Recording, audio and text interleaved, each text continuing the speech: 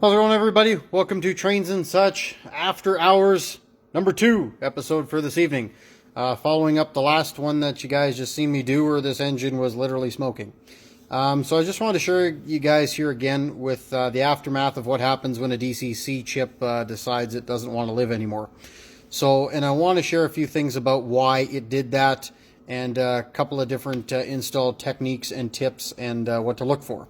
So going forward here, this is a Bachmann 484. This locomotive here was built circa probably around in the late 90s, early 2000s. So it has an older motor in it, still a can style motor, but some of these can be problematic, especially with the running gear in these older Bachmanns. So they can either seize up, or if in some cases what happens is when you're running, the gears will actually seize or they'll break, and again they seize in place, and then that overpowers and blows the chips. And you heard from my last video as well. I just want to clarify because I know some people might have caught it when I said I was running a DCC locomotive on DC. That's because I was. And most people are going to be like, why are you running a DCC locomotive on DC? And that's a good question, and I'm going to answer that. Because what ends up happening is some of these older locomotives, or in general, when we go and test stuff here at the store, they may have a dual chip in them. So some of the older engines, you could still get a dual chip where they did DC and DCC. And I had tested this engine on multiple different codes, tried to pull up the programming on it. Nothing came up. This thing was not responding. So right away, I knew we had a bigger issue at hand here. And again, this one was kind of custom done. They did a little bit of funky business to the tender here. So they had a few other things they were trying to wire in on this locomotive to make it function properly. And so that going forward, the engine itself can run again.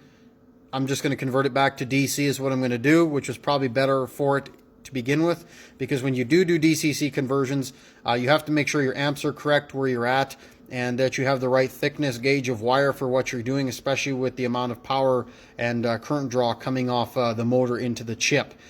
So that's going to determine what kind of chip you use if you're doing a lot of hard wiring on some of these older locomotives.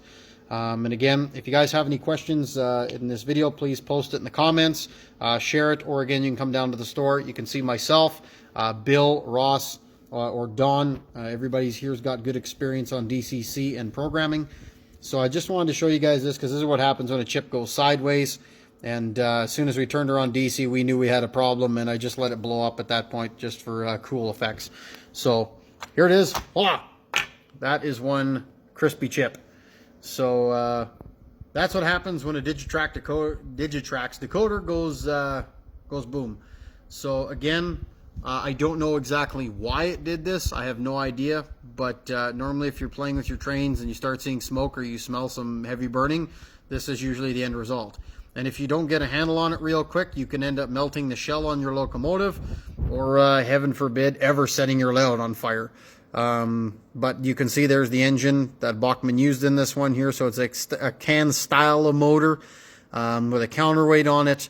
And again, these Bachmann engines are famous for this plastic gear in here. It's a little tougher to see, sorry about that.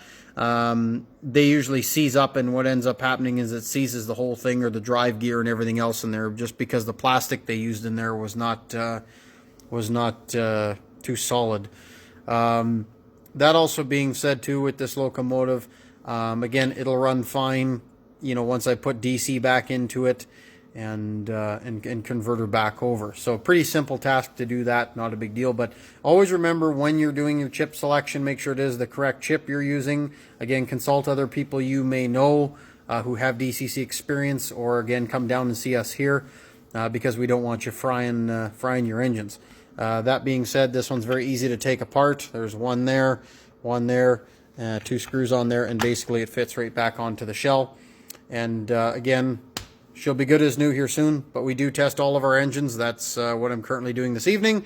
So again, if you guys have any questions, please give us a call, leave us a comment, and yeah, we hope to see you guys in soon, and yeah, keep on model railroading. Thank you for watching.